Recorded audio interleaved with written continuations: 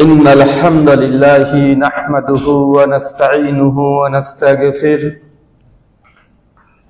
ونعوذ بالله من شرور أنفسنا ومن سيئات أعمالنا من يهده الله فلا مضل له ومن يضلل فلا هادي له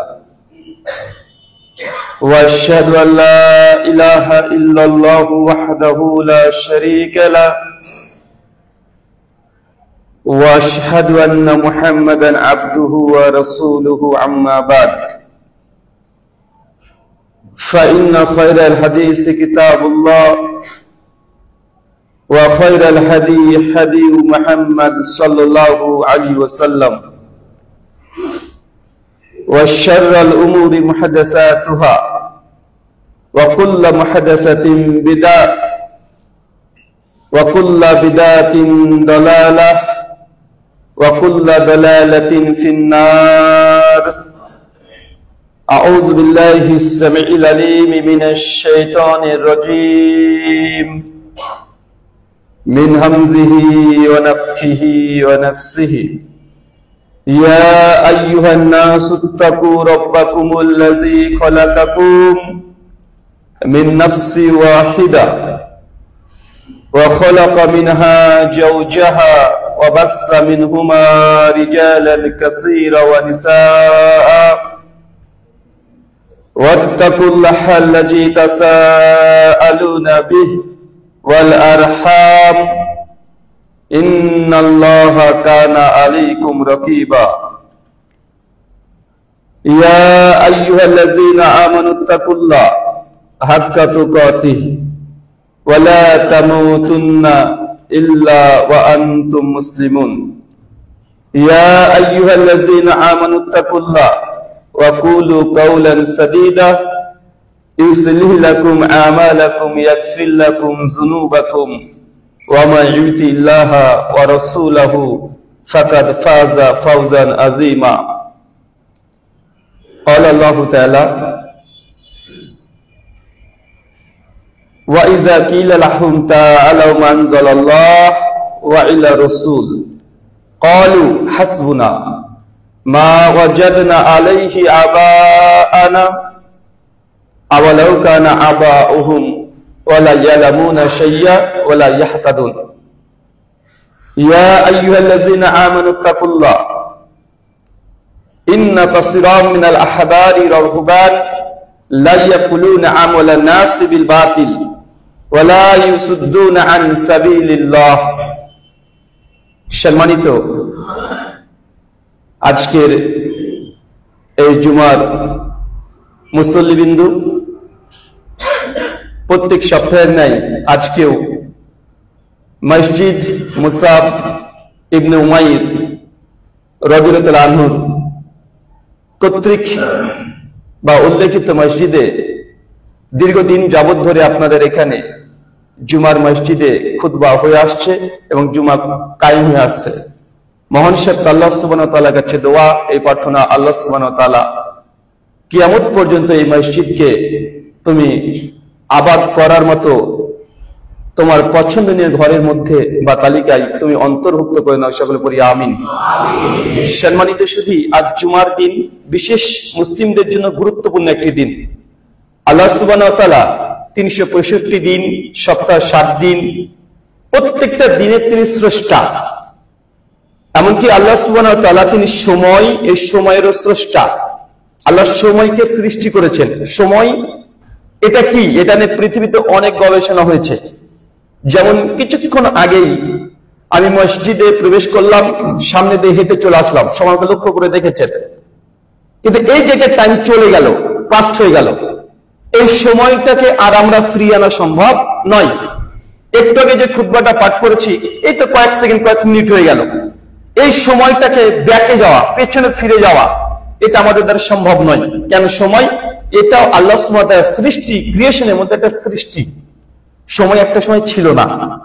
সময় এসেছে বিজ্ঞানের পরিভাষায়, যখন বিগ ব্যাং হয়, বিগ ব্যাং হওয়ার কয়েক মিলি সেকেন্ডের পরে টাইম এন্ড স্পেস তৈরি হয়েছে।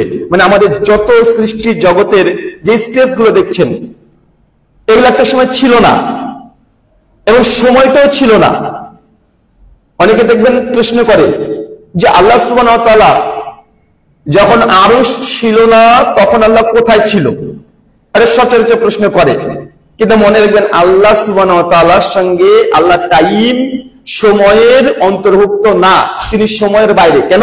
সময় একটা সময় ছিল না, ওটাকে আল্লাহ সুবহানাহু ওয়া তাআলা সৃষ্টি করেছেন। মানে টাইম এন্ড স্পেসের আল্লাহ সুবহানাহু ওয়া তাআলা বাইরে। তাই এই প্রশ্ন করাটাও অনার্থক। আল্লাহ সুবহানাহু ওয়া তাআলা গোটা সৃষ্টি জগৎ সৃষ্টি করেছেন। টাইম সময় এটা আল্লাহরই সৃষ্টি।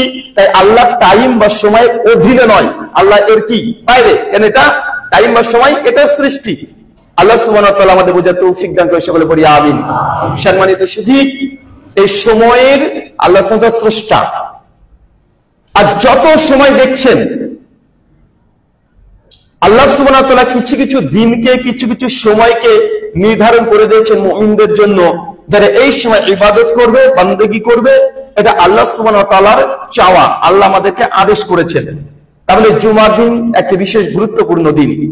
অন্যান্য দিনের চেয়ে জুমার দিনের গুরুত্ব, মাহাত্ম্য, এর ফজিলত, এর কাইফিয়াত অনেক উপরে। গতকাল বৃহস্পতিবার ছিল, আজকে শুক্রবার। কালকের দিনটার মতো আজকের দিনটা নয় মুমিনদের জন্য। অন্যান্য মানুষ যারা আছে, যারা আল্লাহকে বিশ্বাস করে না, পরকালে বিশ্বাস করে না, কিংবা বিশ্বাস করে কিন্তু তার মধ্যে সেই ঈমান বা ইয়াকিন এখনো জন্মলাভ করেনি, এখনো দোকান পাট নিয়ে ব্যস্ত, পরিবার সংসার এগুলো নিয়ে ব্যস্ত, তাদের জন্য এই বরকতময় সময় নয়।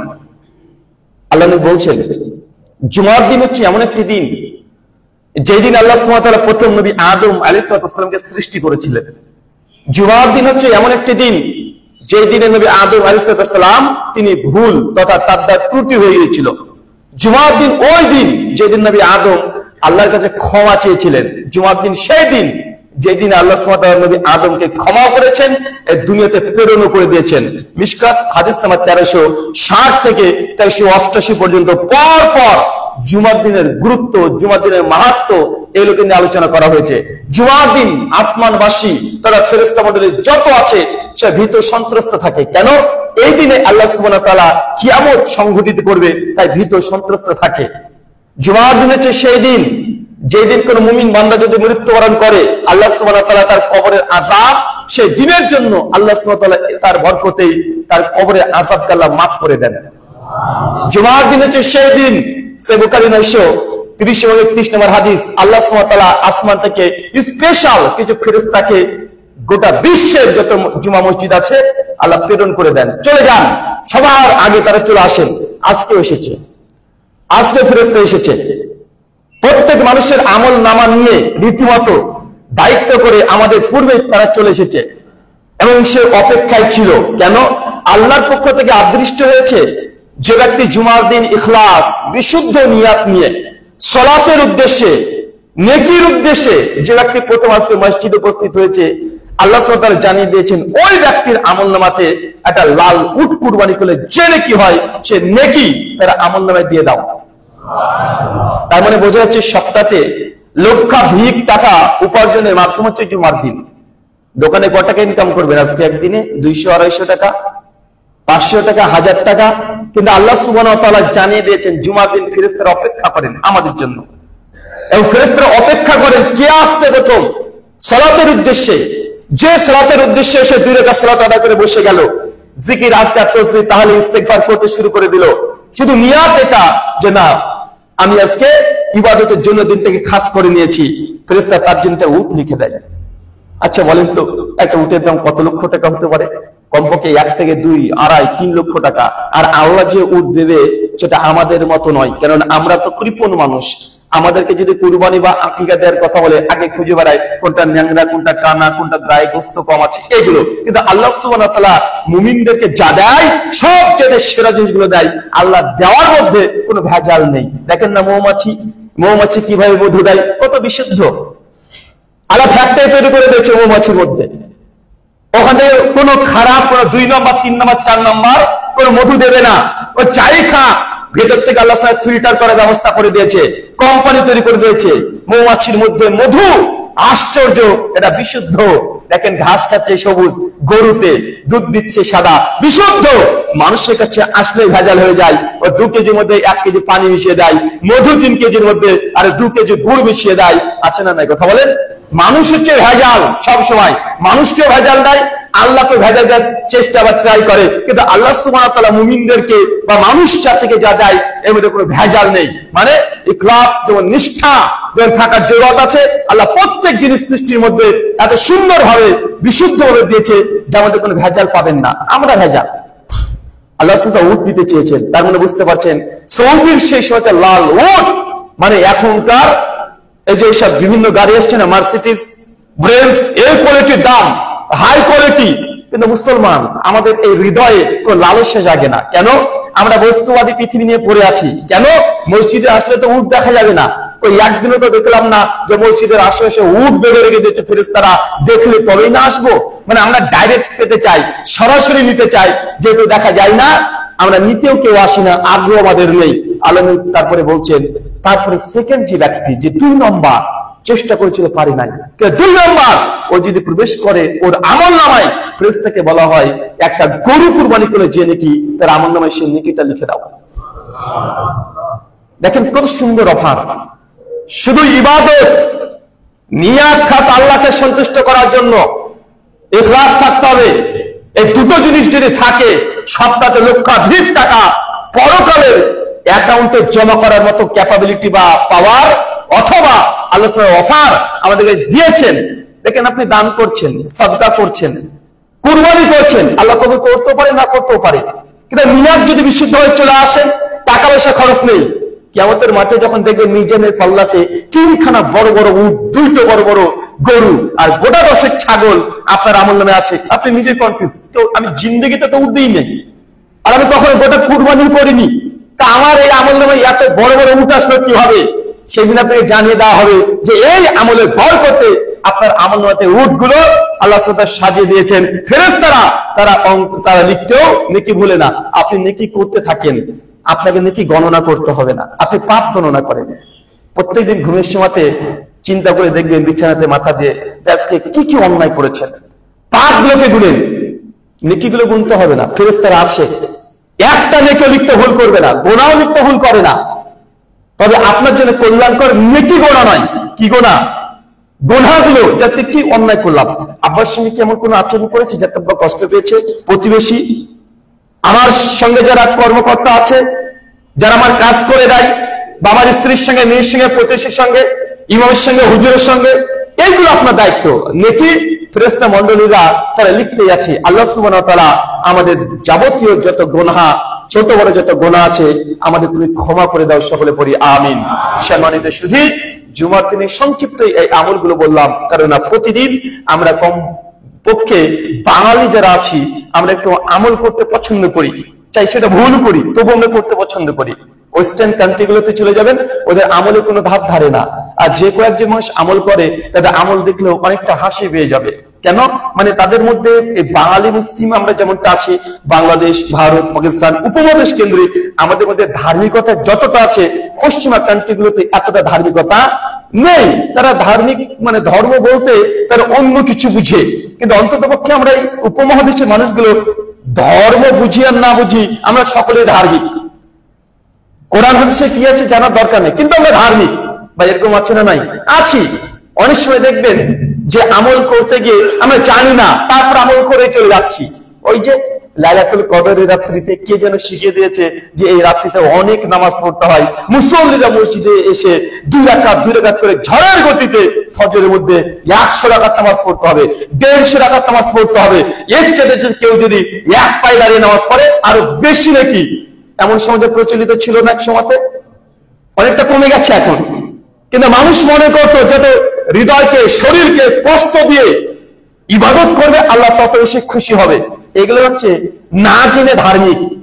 এই জন্য একটা বারবার কথা বলি যে কোন জিনিস না জানা আর কোন জিনিস অর্ধেক জানা বা ভুল জানা, না জানার চেয়ে ভুল জানাটা অধিক ক্ষতিকর।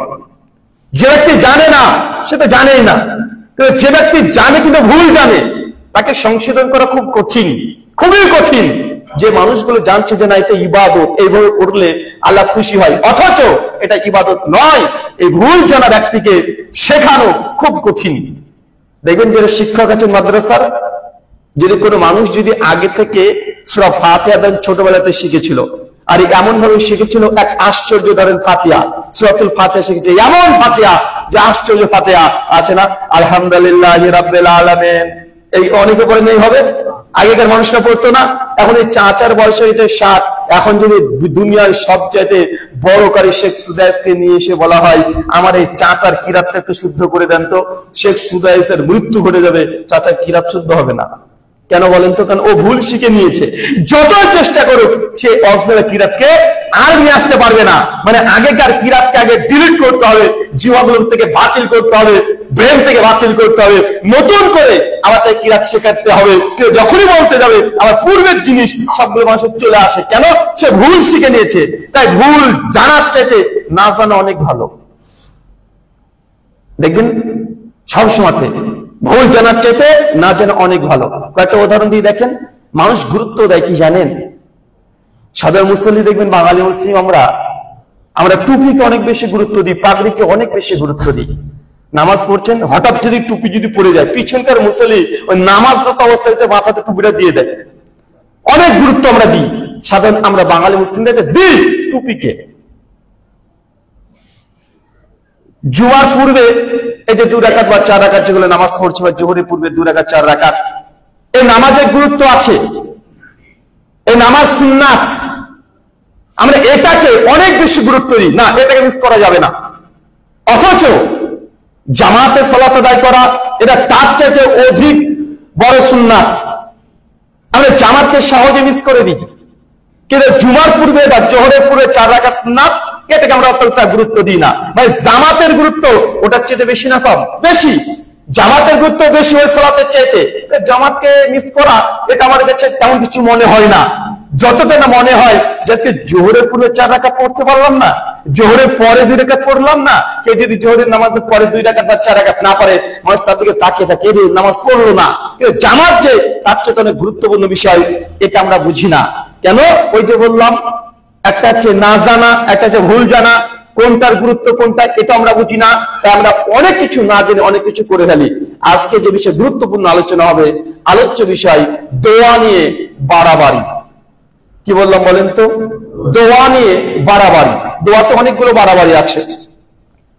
দোয়ার মধ্যে এমন কোন বাড়াবাড়ি বর্তমান প্রেক্ষাপটে দেখা যায় না যে নেই। শিরক থেকে বিদআত পর্যন্ত সবগুলো আছে। চলেন আমরা গতিকের কথা আপনাদের সামনে পেশ করব দোয়া নিয়ে। আল্লাহ নবী আদাবুল মুফরাদ লিল বুখারী হাদিস নাম্বার 677 বলছেন যে দোয়া কোন বান্দা যদি আল্লাহর কাছে করে, আল্লাহ তার দোয়াকে বাতিল করে দেন না। দোয়া কখনো রদ হয় না। দোয়া করলে আল্লাহ সুবহানাহু ওয়া তাআলা কবুল করবেন, এটা নিশ্চিত জেনে রাখেন। কিন্তু দোয়া যে কবুল আল্লাহ করেন আমরা জানি না কোনটা, যে কিভাবে দোয়া কবুল করেন। নবী বলেছেন দোয়া কবুল হওয়ার তিনটে মাধ্যম আছে, তিন কোয়ালিটিতে আল্লাহ সুবহানাহু ওয়া তাআলা দোয়া কবুল করে থাকেন। এক, আপনি হয়তো আল্লাহর কাছে চাইলেন যে আল্লাহ আমার একটা হোন্ডা লাগবে, দোয়া করলেন। আজকে দোয়া করেছেন, 2 মাস 3 মাস 4 মাস বা 10 দিন পরে ডাইরেক্ট আল্লাহ সুবহানাহু ওয়া তাআলা আপনাকে কারো ওসিলাকে বানিয়ে আপনাকে একটা হোন্ডা দিয়ে দিয়েছে, এখানে দোয়া কবুল হয়ে গেল। এই যে দোয়া কবুল করে ডাইরেক্ট বান্দা যা চাই আল্লাহ তাই দিয়ে দেয়। 2, আপনি দোয়া করেছেন আল্লাহ তুমি আমাকে হোন্ডা দিও, আল্লাহ দেয় নাই, 1 বছর 2 বছর 4 বছর পার হয়ে যাচ্ছে, আল্লাহ দিচ্ছেন না। এই যে আল্লাহ দিলেন না, এই না দেওয়াটাই আল্লাহ সুবহানাহু ওয়া তাআলা না দিয়ে আপনার দোয়াটাকে গ্রহণ করেছে। কেন? হতে পারে এই বাইকের মাধ্যমে আপনার ক্ষতি কোনো কিছু হতো। বাইক আপনাকে আব্বা কিনে দিল, আপনি রাস্তা দিয়ে চললেন, ডানে বায়ে করতে করতে করতে করতে এমন ভাবে উল্টে পড়ে গেলেন যে জীবনটা শেষ। আল্লাহ সুবহানাহু ওয়া তাআলা না দেওয়াটা জেনে রাখতে হবে মুমিনদেরকে, এর মধ্যে কল্যাণ আছে। কেন? আপনি ভবিষ্যৎ জানেন না, আপনি তাকদীর জানেন না, কিন্তু আল্লাহ সুবহানাহু ওয়া তাআলা জানেন। আপনি যদি ইখলাস সহকারে আল্লাহর কাছে কোনো কিছু চান, কিন্তু আল্লাহ যদি না দেয়, যে না দেওয়াটাই আপনার জন্য কল্যাণ।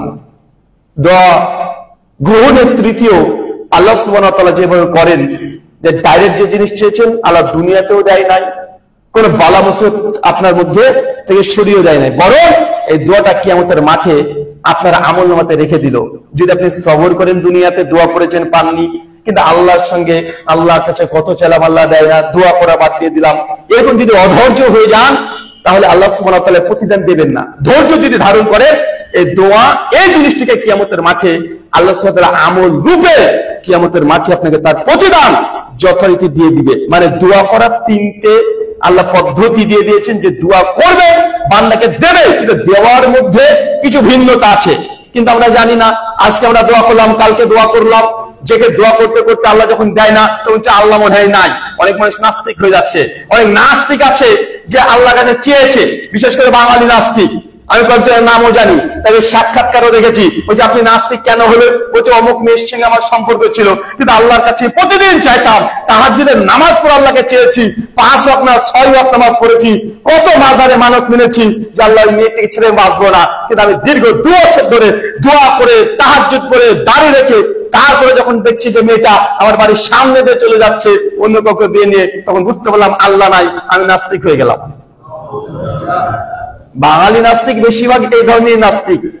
হয়তো কিছু চেয়েছিল আল্লাহর কাছে, বা কোনো মেয়ের সঙ্গে সম্পর্ক ছিল, বিয়ে করতে চেয়েছিল, বা মনের মতো কোনো জিনিস চেয়েছে, আল্লাহ দেয় নাই, ওই রাগ থেকে, ওই অহমিকা থেকে ও নাস্তিক হয়ে গেছে।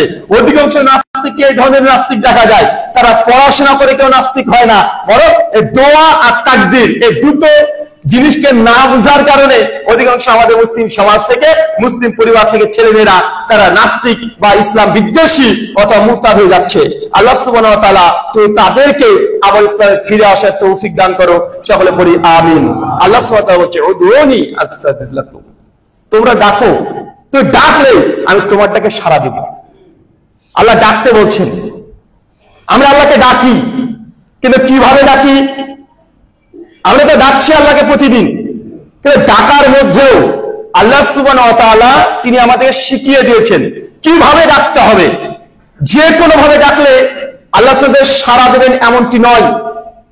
দোয়া করলে তো আল্লাহ কবুল করেন, কিন্তু আপনি যদি এখন নিজের ইচ্ছে মতো দোয়া করেন, সুন্নাত পদ্ধতি যদি মেনটেন না করেন, যদি সারা জীবন যদি দোয়া করে যান, আপনার দোয়া আল্লাহ কবুল করবেন না।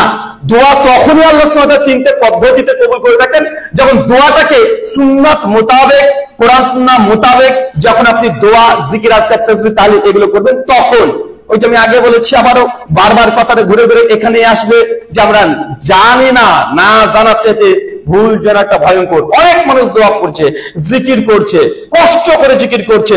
হুজুরের শিখে দিয়েছে যে গভীর রাত্রিতে উঠবা, উঠার পরে এই জিকির 1001 বার করবা, পেটটাকে চিকন করে নিবা, তারপর নাকটাকে একটু বাঁকা করবা, মুখটাকে এদিকে নিয়ে যাবা, জিহ্বাটাকে উপরে লাগিয়ে দিবা, তারপরে তুমি লা করে চিৎকার মেরে ইল্লাল্লাহ বলে এই পেটটাকে এদিকে করে দিবা। কত ভয়ঙ্কর ভয়ঙ্কর জিকির করছে, ভয়ঙ্কর ভয়ঙ্কর ইবাদত করছে, যে শরীয়তের সঙ্গে ন্যূনতম কোনো সম্পর্ক নেই।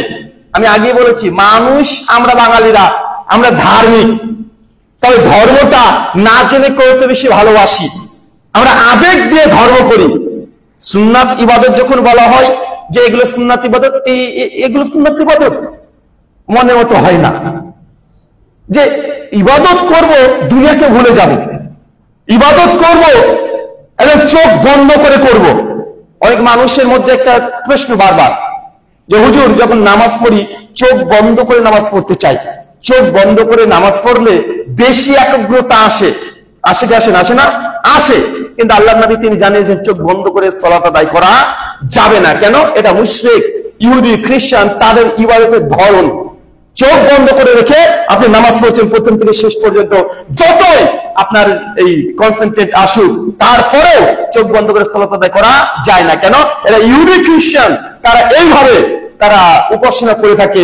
আল্লাহ নবী তার জন্য বলছেন যখন সালাত আদায় করবে তখন তোমার দৃষ্টি থাকবে যে সিজদা দাও ওই জায়গায়। হাদিসে জিবরিল, সহিহ বুখারী 50 নম্বর হাদিস। মানে ওই জায়গাটা চোখগুলো আপনার থাকবে, এদিক ওদিক চোখগুলো সরবে না, আর চোখ বন্ধ হবে না। ব্যতিক্রম কোনো কারণবশত 2-10 সেকেন্ড, 5 সেকেন্ড, 20 সেকেন্ড আপনি চোখ বন্ধ করে রাখতে পারেন, মন বসছে না, আপনি 2-10 সেকেন্ড নিয়ে আপনি নিজের মস্তিষ্ককে, মনটাকে নামাজে ফিরিয়ে আনতে পারেন। কিন্তু গোটা নামাজকে চোখ বন্ধ করে শেষ করে দিবেন, এমনটি ইসলাম আপনাকে দেয় নাই। আল্লাহ সুবহানাহু ওয়া তাআলা আমরা যে সালাত, যে দোয়া, যে জিকির, আজকার, তাসবিহ, তাহলিল এগুলো আমরা করছি, আল্লাহ সুবহানাহু ওয়া তাআলা আমাদের এই প্রত্যেক ইবাদত তুমি কবুল করে নাও। সকলে বলি আল্লাহুম্মা আমিন। আল্লাহুম্মা ইন্নী আসআলুকা ইলমান নাফিয়া ওয়া রিজকান তাইয়্যিবা ওয়া আমালান মুতাকাব্বালা। আল্লাহ বলছেন তোমরা প্রত্যেক দিন ফরজ নামাজের পর আল্লাহ নবী একটা জিকির করতেন, আল্লাহুম্মা ইন্নী আসআলুকা ইলমান নাফিয়া, হে আল্লাহ আমাকে এমন জ্ঞান দাও যে জ্ঞানটা উপকারী জ্ঞান, যেটা আমার নিজের কল্যাণ হবে, পরিবারের কল্যাণ হবে, দেশ রাষ্ট্র সবার কল্যাণ হবে, এই জ্ঞান দাও। জ্ঞান তো অনেক রকমের আছে, আপনারা সকলে জানেন, সব জ্ঞান উপকারী জ্ঞান নয়। তাই নবী শিখে দিয়েছে ইলমান নাফিয়া, এমন জ্ঞান দাও যে জ্ঞানটা উপকারী, ওয়া রিজকান তাইয়্যিবা, এমন রিজিক দাও যে রিজিকটা হালাল হবে, পবিত্র হবে। রিজিক তো অনেক ভাবে উপার্জন করা যায়, যে কোনো রিজিক আল্লাহ সুবহানাহু ওয়া তাআলা আপনাকে আমাকে গ্রহণ করতে বলেনি, বরং রিজকান তাইয়্যিবা, ওই রিজিক আমাদেরকে অন্বেষণ করতে হবে, আল্লাহর কাছে চাইতে হবে যে রিজিক পবিত্র, হালাল, বৈধ, কোনো প্রতারণা, বাটপারি, চিটারি, ছিনতাই করে, সুদ, ঘুষ, জেনা করার টাকা বা হারাম যত পণ্যদ্রব্য আছে সেগুলো বিক্রি করে উপার্জন করা, এইগুলো যেন আমাদের আমলের জন্য না চলে আসে। এই রিজিক যেন আমাকে ভক্ষণ করতে না হয়, এই রিজিক যেন আমাকে উপার্জন করতে না হয়, তার জন্য আল্লাহর কাছে দোয়া করতে হবে, রিজকান তাইয়্যিবা, আল্লাহ আমাকে এমন রিজিক দাও, 1 টাকা হোক, তারপরে আমাকে হালাল দাও। এই দোয়া আল্লাহর কাছে চাইতে হবে। ও আমালান মুতাকাব্বালা, আল্লাহ এমন আমল করার তৌফিক দান করো যে আমলটা তুমি কবুল করবে। মানে ইবাদত শুধু করলেই হবে না, দোয়া করতে হবে যে আল্লাহ কবুলযোগ্য ইবাদত 1 রাকাত হোক, 1 টাকা দান হোক, আমাকে যে ইবাদত করছে ইবাদত যেন তুমি কবুল করো। বলেন তোমরা কতদিন ইবাদত করে আল্লাহর কাছে দোয়া চেয়েছি যে আল্লাহ তুমি কবুল করো, যে ইবাদত করলাম সেটা কবুল করো। আজকে সারাদিন যে ইনকাম করলাম আলহামদুলিল্লাহ, এই ইনকামে খুশি হয়ে গেছি, 1 টাকা হোক আর 1 লক্ষ টাকা হোক, তুমি যা দিয়েছো, তুমি রিজিকের মালিক, আমার কোনো যোগ্যতা নেই। কতদিন এই কথাটা বলেছি রাত্রিবেলাতে। দিন শেষে যখন বাড়িতে ফিরে আসছেন, দেখছেন যে আজকে অনেক বেশি বেচা কেনা হয়েছে, মনটা খুশি, কিন্তু আল্লাহকে একবার বলেছেন যে আল্লাহ তুমি আর রাজ্জাক, তুমি রিজিক দাতা, তুমি ছাড়া আমার এই রিজিক অন্বেষণ করা সম্ভব ছিল না। অনেক মানুষ বলে আরে ইনকাম তো আমি করছি, টাকা তো আমি উপার্জন করছি, আল্লাহর সঙ্গে এর কানেকশন কি? আল্লাহ কিভাবে আমাকে রিজিক দিল? আমি করব না করলে আল্লাহ তোমাকে রিজিক দিতে পারবে? অনেক মানুষের মনে আছে না নাই? কথা বলেন। মনে রাখবেন শুধু কর্মটাই রিজিক নিয়ে এসে দিতে পারে না, তার জ্বলন্ত দৃষ্টান্ত দেখবেন।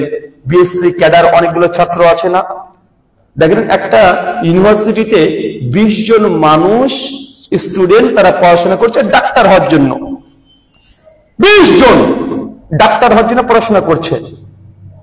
20 জন গোল্ডেন 5 পেয়ে গেছে, সবাই, কেউ কমতি নয়। 20 জনের ডাক্তার হয়ে গেল। ডাক্তার হওয়ার পরেও ভাই বলেন তো, সবাই কি সেম সমান রিজিক পায়?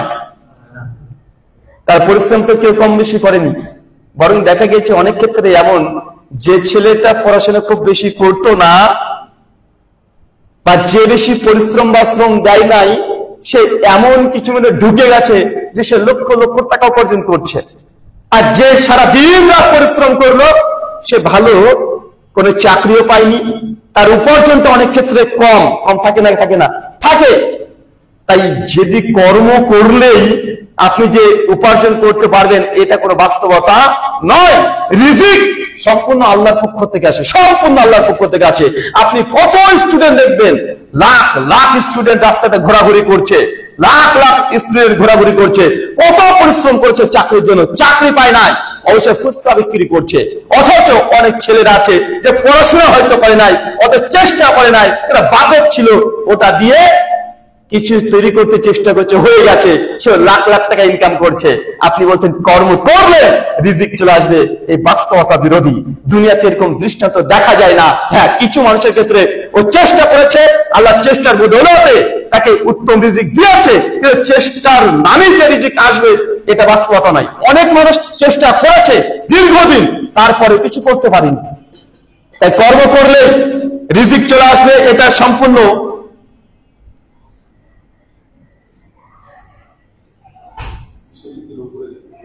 কি লেখা এটা ভাই? ও যাইতে লিখেছে তো বুঝিনি। যারা এখানে দাঁড়িয়ে আছেন ওপরে জায়গা আছে, ওপরে চলে যান, এখানে দাঁড়িয়ে না থেকে দোতলাতে ফাঁকা জায়গা এখনো আছে। শুকরান। তাই প্রথমত আপনাকে বুঝতে হবে যে মানুষ সব জায়গায় দোয়া করার সময়তে শিরক এবং বিদআতে লিপ্ত হয় এই কারণে, শুধু রিজিক অন্বেষণ করার জন্য, কিছু পাওয়ার জন্য। কারণ দোয়া এটা মাধ্যম, আল্লাহর কাছে আপনি চাইবেন, এটার মাধ্যম। এই দোয়া করতে গিয়ে দেখেন বলছে, কেউ একজন দোয়া করছে, বলছে আল্লাহ তুমি গাউসুল পাক আব্দুল কাদের জিলানীর ওসিলায় তুমি আমাকে এই জিনিসটা দাও। দোয়া করে কি করে না? দোয়ার মধ্যে শিরক। অথচ নামাজে পড়ছে ইয়াকা না'বুদু ওয়া ইয়াকা নাস্তাঈন, আল্লাহ আমি তোমারই ইবাদত করি, তোমার কাছেই সাহায্য চাই। মানুষ সবচেয়ে বেশি শিরক করে আমার দেখা মতে সেটা রিজিক অন্বেষণ করার সময়, যে রিজিক উপার্জন, টাকা পয়সা ধন দৌলত, এর জন্যই মানুষ সবচেয়ে বেশি শিরক করতে চলে যায়। আর দোয়া এটা বড় মাধ্যম। একটা রিক্সা চালাচ্ছে ঢাকার বুকে, দেখেন বা সিলেটের বুকে রিক্সা চালায়, একদম সারাদিন কষ্ট করে রিক্সা চালায়, কিন্তু ওই ব্যক্তির মগজে কে ঢুকিয়ে দিয়েছে যে প্রথম ইনকাম দিয়ে তুমি মাজারে পীর বাবাকে দিয়ে দাও, তোমার রিজিকে বরকত হবে। ও ব্যক্তি প্রথম টাকাটা উপার্জন করে পকেটে বাঁ দিকে আগে রেখে দেয়, ওই টাকাটা খরচ করবে না। কেন? ওটা পীর বাবার মাজারে দিতে হবে, তাহলে বেচা কেনা বেশি বাড়বে। রিজিক অন্বেষণ করতে গিয়ে মানুষ সবচেয়ে বেশি ধোঁকা খেয়েছে। প্রথম থেকে শেষ পর্যন্ত মানুষ ভালো থাকার জন্য সবসময় ঈশ্বরের সঙ্গে বা আল্লাহর সঙ্গে একটা কন্ট্রাকচুয়াল একটা ব্যাপার করে নিয়েছে, যে এই মাঝখানে কিছু পেতে হলে কিছু আগে দিতে হবে, আর এখানে সে মানুষ শিরক করে ফেলেছে। এর জন্য আল্লাহ সুবহানাহু ওয়া তাআলা মুসলিমদেরকে একদম মূল কথাই নামাজের শুরুতে শিখিয়ে দিয়েছে, ইয়াকা না'বুদু ওয়া ইয়াকা নাস্তাঈন, আল্লাহ আমি তোমারই ইবাদত করি, তোমার কাছে চাই।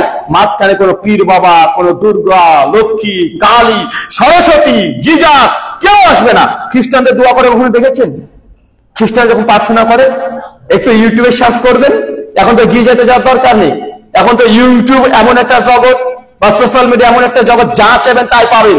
শুধু লিখে দেন খ্রিস্টানদের প্রার্থনার শব্দগুলি, লিখে দিলে দেখবেন তাদের দোয়া তারা কিভাবে করছে।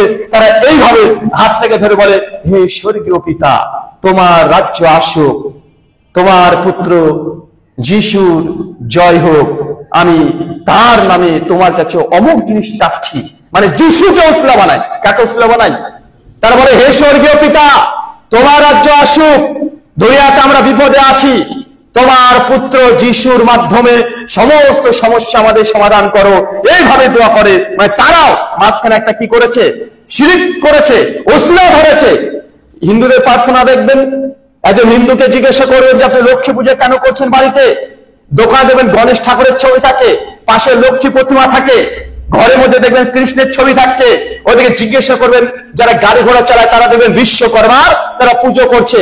বিশ্বকর্মা মানে ও কর্মের দেবতা, ও হচ্ছে কর্ম দেয় মানুষকে।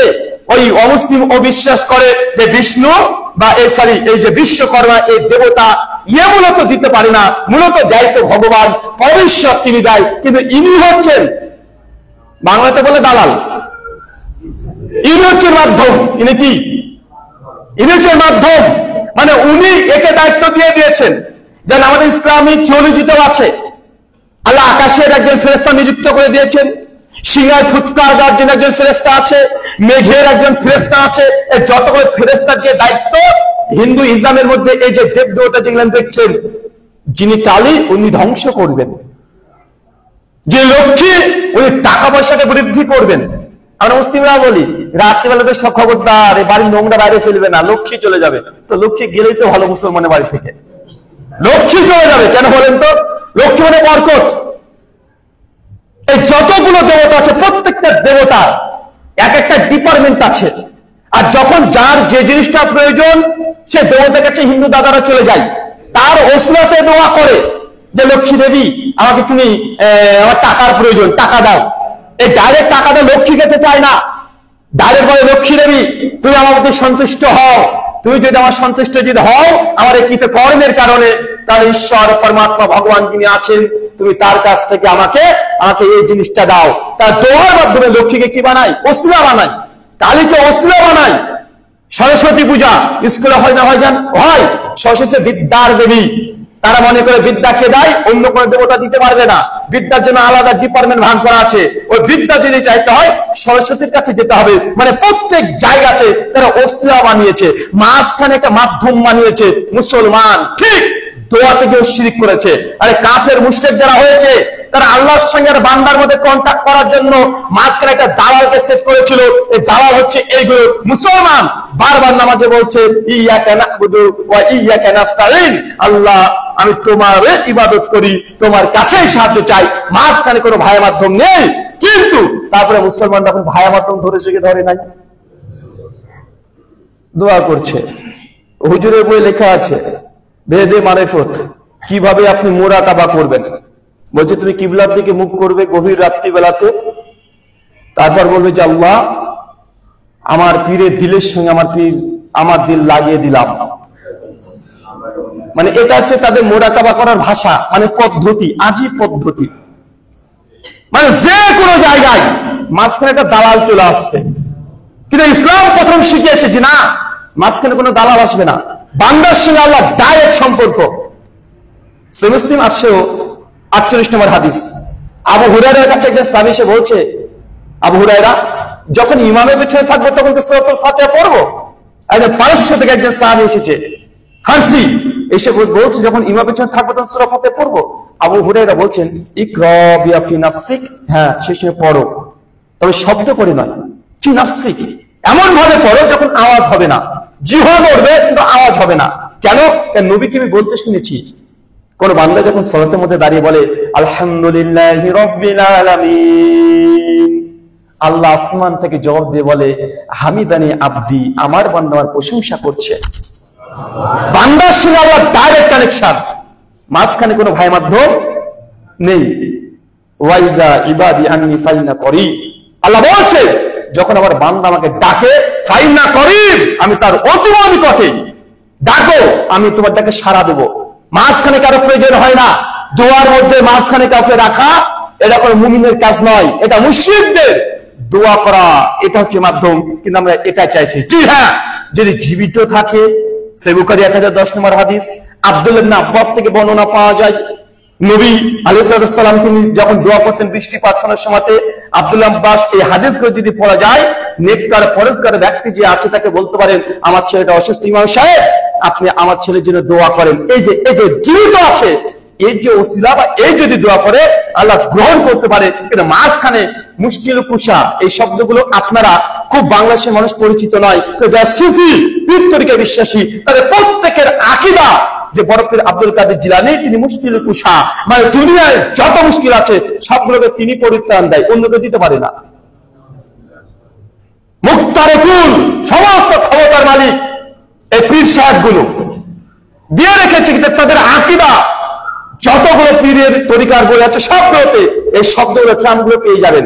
তারা মনে করছে আল্লাহ সুবহানাহু ওয়া তাআলা তুমি আমাদেরকে এইসব শিরকি দোয়া থেকে আমাদেরকে বিরত থাকা তৌফিক দান করে, সকলে বলি আমিন।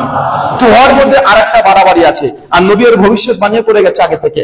সুনান আবু দাউদ উঠিয়ে দেখেন কিতাবুত তাহারাতের 96 নম্বর হাদিস, আল্লাহ নবী বলছেন আমার উম্মত দুটো জিনিস নিয়ে গুলু করবে, বাড়াবাড়ি করবে। এক, আর দোয়া নিয়ে বাড়াবাড়ি করবে।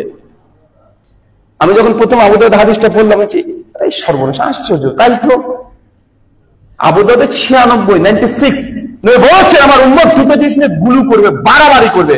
তারপরে একটা হচ্ছে দোয়া নিয়ে বাড়াবাড়ি করবে। বাড়াবাড়ি হচ্ছে না? হচ্ছে, অনেক রকমের বাড়াবাড়ি আছে। আমি জাস্ট একটা বললাম যেটা শিরকি দোয়া।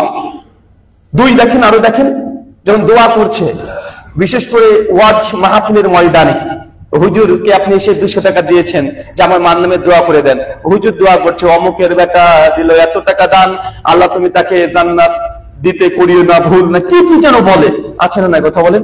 ওই 200 টাকা দিয়ে একটা মদখোর মাতালকে জান্নাতের দরজা ভেঙে পারলে যে আপনি ঢুকিয়ে দেয়, মানে এমন এমন শব্দ করে ওই যে আল্লাহ তুমি তাকে জান্নাত দিতে করিও না ভুল। বলেন তবে আল্লাহর ভুল হয়? আল্লাহর ভুল হয়? কিন্তু এই শব্দগুলো বলা হয় কি হয় না? ওই যে দানের পরে যে কবিতাগুলো বলা হয় তার অধিকাংশ আল্লাহকে অপমান করা হয় আর বান্দাকে বড় করা হয়। ভালো করে লক্ষ্য করে দেখবেন, আল্লাহ সিফাতের বিরুদ্ধে চলে যায় কবিতা বলতে গিয়ে, আর যে দান করছে তার মাহাত্ম্য উঁচু করতে গিয়ে যদি প্রত্যেকটা বিশ্লেষণ করতে হয় অন্যের সাথে করা যাবে। এই শব্দগুলো প্রত্যেকটা নিয়ে আসেন, বান্দাকে উঁচু করছে আর আল্লাহকে মানে বোঝাচ্ছে যে আল্লাহ হয়তো ভুল করে, আল্লাহ হয়তো কবুল করে না, আল্লাহ হয়তো ঠকাতে পারে। এই কথা বলে যে আল্লাহ তুমি দিও না তার দানে দিও না তো ফাঁকি, এই শব্দ আছে। বলে কি বলে না কথা বলে আল্লাহ ফাঁকি দেয়, আল্লাহ বান্দার সঙ্গে ফাঁকি দেয়। কিন্তু এই কথাগুলো বলছে দোয়া নিয়ে বাড়াবাড়ি। দোয়ার মধ্যে দেখবেন দোয়া করছে ছন্দ মিলিয়ে, আছে না নাই? দোয়া ছন্দ মিলে করছে কি করছে না? দোয়া ছন্দ মিলে করছে। সে বুখারী মুসলিমের স্পষ্ট হাদিস, ছন্দ মিলিয়ে দোয়া করা একদমই জায়েজ নয়। নবীর স্পষ্ট মারফু হাদিস থেকে প্রমাণিত ছন্দ মিলিয়ে দোয়া করা এটা মুশরিকদের কাজ, এইভাবে দোয়া করা যায় না। কিন্তু আমরা তারপরে করছি দোয়াতে 1 ডজন কমপক্ষে বাড়াবাড়ি আছে, শিরকি বাক্য আছে, বিভিন্ন রকমের দোয়ার মধ্যে আমরা সীমা লঙ্ঘন করছি। আল্লাহ সুবহানাহু ওয়া তাআলা এই দোয়াই বাড়াবাড়ি থেকে আমাদেরকে পরিত্রাণ দান করে, সকলে বলি আমিন। কিন্তু মানুষ তো আমরা আবেগী মানুষ। হুজুর আপনি যাই বলেন না কেন, নামাজ শেষে যদি ওইভাবে মুনাজাত না হয় না কেমন ভালো যেন লাগে না। নামাজ পড়লাম, 1 সপ্তাহ নামাজ পড়িনি, শুক্রবারে তো আমি আসি, সময় পাই না, শুক্রবারে আসি। আগে দেখতাম মসজিদ ইমাম সাহেব কত সুন্দর কাটি করে দোয়া করতে ভালো লাগতো, আর এখন কি সব নতুন ডিজিটাল হুজুর আসলো দোয়ায় তুলে দিল। কেন? ওই যে হাত তুলে সবাই মিলে এখন আমরা কাদাকাটি করে দোয়া করি না, বা তাদের ভাষাতে মুনাজাত করি না, তার জন্য এখন আমরা দোয়া তুলে দিয়েছি। উনি বুঝলেই না যে আসলে দোয়া পৃথিবীর কোনো মানুষ তুলেনি, আমরা যেটা করেছি দোয়া করার কিছু পদ্ধতি তুলে দিয়েছি। কেন? তুমি বাড়াবাড়ি করেছো, আমরা তুলে দিয়েছি। আর আমরা মনে করি যে দোয়া মানে কি? দোয়া মানেই তো হাত তুলেই করতে হবে। আরে দোয়া করবো যদি হাত না তুলি, কেমন দোয়া হলো বাপু? দোয়া করবো হাত তুলবো না, এটা হয় নাকি? আরে হাত না তুলে দোয়া হয় নাকি? মানুষের মধ্যে এটা ঢুকে আছে, কিন্তু আমরা বুঝলাম না যে দোয়া মানে যে হাত তোলা এমনটা নয়। অনেক আবেগ দিয়ে বলছে আরে আল্লাহর কাছে তো চেয়েছি, দুর্গার কাছে তো চাইনি আমরা, তাহলে হাদিস আমরা দরগার কাছে চাই না, আমরা তো আল্লাহর কাছে চেয়েছি, 2 হাত তুলে চেয়েছি, পা তো আর তুলিনি, তো কেন নিষেধ করছে? আসলে দোয়া করার 3টে পদ্ধতি আছে। কয়টা পদ্ধতি? 3টে পদ্ধতি। কিছু কিছু দোয়া আছে যে আপনি নিজেই জিহ্বা নড়িয়ে নড়িয়ে পড়বেন, শব্দ করারও দরকার নেই, দোয়া হয়ে যাবে। এই জন্য ইমামকে ডাকারও দরকার নেই, জামাতে শামিল হওয়ার প্রয়োজন নেই। যেমন মসজিদে ঢুকলাম আজকে আমরা সবাই, আমরা কি ইমাম সাহেবের জন্য অপেক্ষা করেছি? কথা বলে অপেক্ষা করেছি? বা আমরা কি কেউ হাত তুলে দোয়া করেছি? বা সবাই মিলে লাইন দিয়ে জামাত বদলে দোয়া করেছি? তো এটাই তো দোয়া, কেন হাত তুললেন না? আচ্ছা, যখন মসজিদ থেকে বের হয়ে চলে যাব, ওই সময় থেকে হাত তুলে দোয়া করে করে বের হন। কেন মসজিদ থেকে বের হওয়ার দোয়া আছে না? আছে তো। ইমাম কি গিয়ে আগে রাস্তাতে দাঁড়িয়ে থাকে যে আপনার সবাই লাইন দিয়ে দাঁড়ান, এখন আমি মসজিদ বের হওয়ার দোয়াটাকে পড়বো, কি এমন কিছু বলে? কেউ তো বলে না। মানে বোঝা গেল যে আপনি অনেক দোয়া করেন কিনা, হাতও তুলেন না, ইমামের অপেক্ষাও করেন না, আর সম্মিলিত হওয়ার করার চেষ্টাও করেন না, জাস্ট অনিচ্ছ স্বরে জিহ্বা নড়িয়ে নড়িয়ে বলছেন, আপনার দোয়া হয়ে যাচ্ছে। আচ্ছা, বাথরুম করে ঢোকার সময় দোয়া আছে না? হাত তুলে করেন, ইমামকে ডাকেন, কেন এই দোয়াটা পছন্দ হলো না? আপনি মনে করছেন দোয়া মানে যে হাত তুলে, তো বাথরুম করে ঢোকার সময় তো দোয়া আছে। বাথরুম থেকে বের হওয়ার সময় দোয়া আছে না? আছে। বাড়ি থেকে বের হওয়ার দোয়া আছে না? আছে। কে হাত তুলে? কে ইমামকে ডাকে? যখন বাজারে প্রবেশ করছেন দোয়া আছে না? নাই। তখনও আছে। পোশাক পরার দোয়া আছে, জুতো পরার দোয়া আছে, যানবাহনে ওঠার দোয়া আছে, আয়নাতে মুখ দেখার দোয়া আছে, কয়েক হাজার এই ধরনের দোয়া আছে। কেউ একজন হাত তুলে নেবে, তো এই দোয়াগুলো কবুল হবে না। দোয়া করার কিছু কিছু পদ্ধতি আছে, জাস্ট জিহ্বা নড়ে নড়ে করবেন, উচ্চারণ করবেন, দোয়া হয়ে যাবে। এর জন্য হাত তোলার দরকার নেই, ইমামকে ডাকার প্রয়োজন নেই। তার মধ্যে এই দোয়াগুলো যেমন ফরজ নামাজের শেষে, জানাজার শেষে, ঈদের নামাজের শেষে, বিবাহ মজলিসের শেষে, কোন ইসলামী আলোচনার সভার শেষে, এইগুলো হচ্ছে শুধু জাস্ট জিহ্বা নড়ে নড়ে পড়বেন, দোয়া হয়ে যাবে। আল্লাহ নবী কি তিনি জুমার খুতবা দেননি? তিনি কি বিদায় হজ্জের ভাষণ দেন নাই? তিনি কি ওয়াজ নসিহত করেন নাই? তিনিও তো করেছেন। একবার মুমিন মুসলমান জানার চেষ্টা করলো না যে আমার নবী যখন আলোচনা শেষ করতেন সে সময় কোন দোয়াটা পড়তেন? এটা আমরা কখনো খুঁজে দেখারই চেষ্টা করলাম না। নবীও তো প্রত্যেক জুমাতে খুতবা দিয়েছে, নবী তো সাহাবীদেরকে অনেক নসিহত করেছে, বিদায় হজ্জের ভাষণ দিয়েছে, মৃত্যু 83 দিন আগে তিনি বিদায় হজ্জের বিখ্যাত ভাষণ দিয়েছে। তো তিনি কিভাবে যে খুতবাটা দিলেন, কিভাবে তিনি যে মানুষকে নসিহত করলেন, কিভাবে তার এই আলোচনা তথা খুতবা তিনি শেষ করলেন, এটা আমরা দেখার চেষ্টা করলাম না। নিজের মতো আমরা এগুলোকে বানিয়ে নিলাম। আল্লাহ সুবহানাহু ওয়া তাআলা তুমি আমাদের প্রত্যেককে সুন্নাহ মোতাবেক দোয়া করার তৌফিক দান করো। সকলে পড়ি আমিন।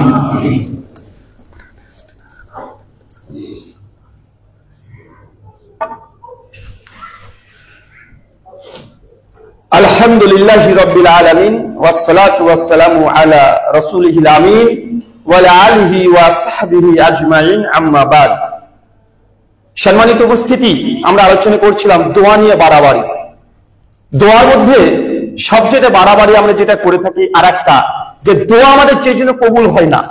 দোয়া করতে নিয়ে আমরা মারামারি করছি সবাই, যে দোয়া করতে হবে, কিন্তু দোয়া কিভাবে করবে যে আল্লাহ কবুল করেন এটা আমাদের অনেকে জানা নেই। আল্লাহ নবী আলাইহিস সালাম তিনি বলছেন, কোন বান্দা যখন দোয়া করবে, দোয়া করার সময় প্রথমে আল্লাহ সুবহানাহু ওয়া তাআলা হামদ, আপনি দোয়া করবেন, আল্লাহর প্রশংসায় গীত বর্ণনা এগুলো বলতে হবে। কিভাবে করবেন? আল্লাহর প্রশংসনীয় কিছু কথা বলতে হবে। যদি কিছু না জানেন, সূরাতুল ফাতিহার প্রথম 2-3 আয়াত পড়ে দেন, আলহামদুলিল্লাহি রাব্বিল আলামিন, একটু পড়েন। এটা হচ্ছে আল্লাহর প্রশংসা আছে এখানে, প্রথমে আল্লাহর প্রশংসা। আল্লাহ বলছেন যে দোয়ার মধ্যে নবীর প্রতি মানে আমার প্রতি দুরূদ পড়া হয় না, ওই দোয়া আল্লাহ আসমান আর জমিনের মধ্যবর্তী জায়গাতে ঝুলিয়ে রেখে দেন। আপনি দোয়া করছেন, কিভাবে করছেন? দোয়া নিয়ে তো মারামারি করছেন। নামাজ শেষ সালাম ফিরিয়ে আগে মাথায় হাত দিচ্ছেন, কি যে কি মানে বললো, মাথায় মানুষ কখন হাত দেয় বলেন তো ভাইজান? বিপদে পড়বে। মানে নামাজ শেষ করেছে, বিপদে পড়ে গেছে, যে নামাজ হলো তো, মানে ও নিজের টেনশনে আছে, মানে নামাজ হয়নি। কারণ হুজুর জানে যে নামাজ পড়েছি ঝড়ের গতিতে, এই নামাজ আল্লাহ কবুল করবে না। ওদের মাথায় হাত দিয়ে বসে আছে। এরপর শুরু হয়ে গেল, মানে টুক করে কার কি হয়েছে কি হয় নাই, হাত তুলে তো বুঝে না, শুরু করে দিল ঝড়ের গতিতে, মানে কিছুই না। আল্লাহর প্রশংসা নাই, নবীর প্রতি দুরূদ নাই, তো আপনি যদি সারা জীবন যদি এইভাবে দোয়া করেন, দোয়া কবুল হবে? হুজুরে বলছে রব্বানা আতিনা ফিদ দুনিয়া হাসানাতাও, বাংলা আল্লাহ, মানে আপনার হুজুর বলছে, মানে এই হুজুরকে বলছেন, ইনি হয়তো বলেন না, মানে যারা করছে তাকে বলছে যে রব্বানা আতিনা ফিদ দুনিয়া হাসানাতাও, আল্লাহ তুমি আমাকে দুনিয়া দাও। মানে হুজুরে মনে মনে আছে যে একটা গাড়ি নিতেই হবে, মানে এই মসজিদে বারবার আসছি, হচ্ছে না, আরে গাড়ি দরকার আছে, তো মনে মনে দোয়া করছে রব্বানা আতিনা ফিদ দুনিয়া, আল্লাহ তুমি দুনিয়া দাও, গাড়ি দাও, বাড়ি দাও, ভালো বউ দাও, সব চাচ্ছে। আর মুসল্লিরা বলছে আল্লাহ তাই, হুজুরকে তাই দাও, আমি আমরা বলে দিলাম হুজুর যা আছে আল্লাহ সব দাও, বাড়ি গাড়ি দেখে হুজুর 2 নম্বর বিয়ে করতে যাচ্ছে, আল্লাহ তাও দাও, সব দাও, হুজুর যা চাইছে সব দাও, দুনিয়া দাও, আখিরাত দাও। ওই তো দোয়া করছে রব্বানা যালামনা আনফুসানা, আল্লাহ আমি অনেক গুনাহ করেছি, অনেক পাপ করেছি, মানে মনে মনে সত্যি তো গুনাহ করেছি, পাপ করেছি, জুলুম করেছি। হুজুর বলছে রব্বানা যালামনা আনফুসানা, আল্লাহ আমি অনেক গুনাহ করেছি, পাপ করেছি, জুলুম করেছি। আর আপনি বলছে হুজুর ঠিকই বলছে, হুজুর পাপী, অনেক বড় পাপী, আল্লাহ তুমি ক্ষমা করো। মানে এগুলো সাধারণত মুক্তাসার আপনাকে বললাম যে দোয়া করার মধ্যে যে আমরা যে কি যে বলছি আমরা নিজেরাও জানি না, কি যে চাচ্ছি আমরা নিজেরাও জানি না। দোয়া যখন করবে প্রথম আল্লাহর হামদ হবে, কমপক্ষে সূরা ফাতিহার 2-3টা আয়াত আগে পড়েন, আল্লাহর প্রশংসা করেন, দোয়া করার সময় দেন। ওই ঝড়ের গতিতে হাত তুলে মুখ টুক মুছে আপনি নামাজে দাঁড়িয়ে গেলেন, এই দ্রুত কোন দোয়া আল্লাহ কবুল করবে না। নবী বলেছেন যে ব্যক্তি দোয়াতে দ্রুত, অতিরিক্ত দ্রুত কাজ করে তার দোয়া আল্লাহ সুবহানাহু ওয়া তাআলা কবুল করবেন না। দোয়াতে ধীর স্থিরতা বজায় রাখতে হবে। মুমিন যখন ইবাদত করবে সেই ইবাদত ধীর স্থিরতা যেন থাকে। এই যে প্রথম আল্লাহর হাম, যে কোনো প্রশংসা বাক্য আগে আপনি বলতে থাকেন, তারপর নবীর প্রতি দুরূদ পড়েন, এরপর নিজের জন্য চান, নিজের পরিবারের জন্য চান, প্রতিবেশীর জন্য চান, গোটা বিশ্বের মুসলিমদের জন্য চান। এই যে দোয়া করার সিস্টেম, যখন আপনি দোয়া শেষ করবেন আবার আল্লাহর প্রশংসা দিয়ে আপনি দোয়াকে শেষ করবেন। এখন বলেন তো কতদিন এইভাবে করি? দোয়া করা নিয়ে তো মারামারি করছি, কতদিন আল্লাহ প্রশংসা করেছেন দোয়ার মধ্যে হাত তুলে, তারপর নবীর প্রতি দুরূদ পড়েছেন, এরপর ধীর স্থির ভাবে আপনি চেয়েছেন নিজের জন্য, পরিবারের জন্য, আত্মীয় স্বজনের জন্য, তারপর গোটা বিশ্বের মুসলিমদের জন্য কতদিন চাওয়া হয়েছে, আবার শেষ করছেন আল্লাহর হাম দিয়ে, প্রশংসা দিয়ে। কবে আপনি শেষ করেছেন? আমরা করি নাই, বিধায় দোয়া আল্লাহ কবুল করবেন না। আল্লাহ নবী বলছেন সহিহ বুখারী, সুনান আবু দাউদ, হাদিস নাম্বার 1203, আল্লাহ ওই দোয়াকে কবুল করে না যে দোয়া কোন বান্দা যদি আত্মীয় সম্পর্ক ছিন্ন করে দেয়, আল্লাহ ওই ব্যক্তির দোয়া কবুল করবেন না। কোন পাপ করে লিপ্ত হওয়ার জন্য দোয়া করেন, আল্লাহ ওই দোয়াটা কবুল করবেন না। কথা বুঝতে পারছেন? যদি হারাম উপার্জন করে আসেন, হারাম খেয়ে এসেছেন, রাত্রিবেলাতে খেয়েছিলেন মদ, এখনো পেটে আছে, ঢেকুর তুললে মদের গন্ধ বের হবে, আপনি যখন দোয়া করেন আল্লাহ আপনার দোয়া কবুল করবে? দোয়া কবুল করবেন না। আল্লাহ বলছেন দোয়া করার সময়তে অতিরিক্ত দ্রুত তাড়াতাড়ি এই কাজ যেন না করা হয়। আল্লাহ বলছেন যে একজন সাহাবী, আবু হুরায়রা থেকে রিওয়ায়াত বর্ণনা আছে, সহিহ মুসলিমের হাদিস, যে একজন ব্যক্তি মসজিদে সালাত আদায় করছেন, সে দ্রুত দোয়া করে উঠে চলে যাচ্ছে। আল্লাহ তাকে ডেকে বলছে তুমি এত দ্রুত করলে কেন? দোয়া করার সময় এইভাবে দোয়া করতে হয়। দোয়া করার সময় কখনো এইভাবে বলা যাবে না আল্লাহকে যে আল্লাহ যদি তুমি চাও আমাকে ক্ষমা করো, যদি তুমি চাও আমাকে দয়া করো, এই শব্দ দোয়ার মধ্যে বলা যাবে না। যদি তুমি চাও মানে আপনি আল্লাহকে বাধ্য করতে চাচ্ছেন, এইভাবে নয়। আল্লাহকে বলতে হবে আল্লাহর সুন্দর নাম নিয়ে, আর রহমান, আল্লাহ তুমি অসীম করুণাময়, পরম দয়ালু, তুমি ক্ষমাশীল, তুমি গাফুর রহিম, তুমি ক্ষমা করতে পছন্দ করো, তুমি আমাকে ক্ষমা করো, আমি গুনাহগার আল্লাহ, আমি তোমার নিকৃষ্ট বান্দা, আমি গুনাহগার পাপিষ্ঠ, তুমি রহমান, তুমি ক্ষমা করো। আল্লাহ আমার ছেলে তো অসুস্থ, তুমি আশ-শাফি, তুমি সুস্থতা দানকারী, আমার ছেলেকে সুস্থতা দান করো। আল্লাহ আমার বেচাকেরি তেমন চলছে না, আমার 24 বছর বয়স হয়ে গেল, এখনো কোন উপার্জন করতে পারি না, তুমি আর-রাজ্জাক, তুমি রিজিক দাতা, তুমি আমাকে হালাল উপার্জন দিয়ে পূর্ণতা দান করো। এটা হচ্ছে দোয়ার ভাষা। বা যখন দোয়া করবেন, যা চাইবেন আল্লাহর সুন্দর নামগুলোকে ওসিলা বানাতে পারবেন। কথা বুঝতে পারলেন না ভাইজান? একটা কোনো কেচে ফেসে গেছেন, আপনার জমি, আপনার ল্যান্ড কে দখল করে বসে আছে, অনর্থক ভাবে হাই করে চলে গেছে বিচার, কি করবেন? আল্লাহ কাছে চান, আল্লাহকে বলেন যে আল্লাহ তুমি আল হাকিম, তুমি শ্রেষ্ঠ বিচারক, আর এটা মিথ্যা কেচে ফেসে গেছি, তুমি আল হাকিম, তুমি শ্রেষ্ঠ বিচারক, তুমি সঠিক বিচার করো। এটা আল্লাহর কাছে চাইতে হবে। 10তলা বিল্ডিং থেকে ছেলেটা আপনার পড়ে গেছে, খবর পেয়েছেন যে ছেলে 10তলা বিল্ডিং থেকে পড়ে গেছে, আপনি ছুটছেন ছেলেকে বাঁচাতে, যাই ছেলেটা আমার অসুস্থ হয়ে গেছে, পাপ ভেঙে গেছে, এ হয়েছে, ভাবছেন, কান্নাকাটি করতে করতে চলে যাচ্ছে। জি না, কি করবেন? প্রথমে যখন শুনবেন কোন দুর্ঘটনার কথা, সঙ্গে সঙ্গে ওযু করে 2 রাকাত নামাজ পড়ে নেন, আল্লাহকে বলেন আল্লাহ শুনলাম আমার ছেলে 10তলা বিল্ডিং থেকে পড়ে গেছে, তুমি হেফাজতকারী, তুমি আমার ছেলেকে সুস্থতা দান করো, হেফাজত করো। ডাইরেক্ট আল্লাহকে আগে বলেন, আল্লাহকে বলার পরেই তারপরে বাড়িতে কি টাকা পয়সা কি আছে তারপরে নিয়ে আপনি সেটা নিয়ে রওনা দিন। আগে যিনি এই পরিস্থিতি তৈরি করেছেন তার সঙ্গে কথা বলেন। কোথায় আপনি চলেছেন ডাক্তারের কাছে, ডাক্তার ফিরিয়ে দিতে পারবে? ডাক্তার ফেরানোর ক্ষমতা নেই। তাই আমাদের এই জায়গাতে আমাদের অনেকগুলো ত্রুটি আছে। আল্লাহ সুবহানাহু ওয়া তাআলা এই ত্রুটি মুক্ত ভাবে দোয়া করার তুমি তৌফিক দান করে সকলে পড়ি আমিন। আল্লাহ এই জুমার মসজিদে যারা আজকে উপস্থিত এবং যারা আমাদের এই আওয়াজ শুনতে পাচ্ছেন, তাদের মধ্যে কেউ যদি অসুস্থ থাকে, তুমি আশ-শাফি, তুমি সুস্থতা দানকারী, আমাদের প্রত্যেককে তুমি সুস্থতা দান করো, সকলে পড়ি আল্লাহুম্মা আমিন। আল্লাহ আমাদের মধ্যে যারা এখনো হালাল উপার্জন করতে পারি না বা এখনো পারছি না, আল্লাহ তুমি রাজ্জাক, তুমি রিজিক দাতা, আমাদের প্রত্যেককে হালাল উপার্জন দিয়ে পূর্ণ করে দাও, সকলে পড়ি আমিন। আমাদের মধ্যে যারা এখনো ঋণগ্রস্ত আছে, আল্লাহ সুবহানাহু ওয়া তাআলা আমাদের প্রত্যেকের ঋণের বোঝা, ঋণের ফিতনা আযাব থেকে আমাদেরকে পরিত্রাণ দান করো, সকলে পড়ি আমিন। আমাদের মধ্যে যারা মৃত্যুবরণ করেছে, আল্লাহ তা যদি শিরক না করে মৃত্যুবরণ করে, তাকে তুমি ক্ষমা করে জান্নাতুল ফিরদৌস দান করো, সকলে পড়ি আল্লাহুম্মা আমিন। আল্লাহ আমাদের সংসার জীবনে স্বামী স্ত্রী মা বাবা আত্মীয় স্বজন যাদের মধ্যে ভ্রাতৃত্বপূর্ণ আচরণ হচ্ছে না, কোনো সমস্যা চলছে, আল্লাহ আমাদের পরিবারের মধ্যে তুমি বরকত রহমত ভালোবাসা দিয়ে পূর্ণ করে দাও, সকলে পড়ি আমিন। আমাদের মধ্যে যারা দুনিয়া থেকে বিদায় নিয়েছে তাদেরকে তুমি ক্ষমা করো, সকলে পড়ি আমিন। আগামী জুমার খুতবা দিবেন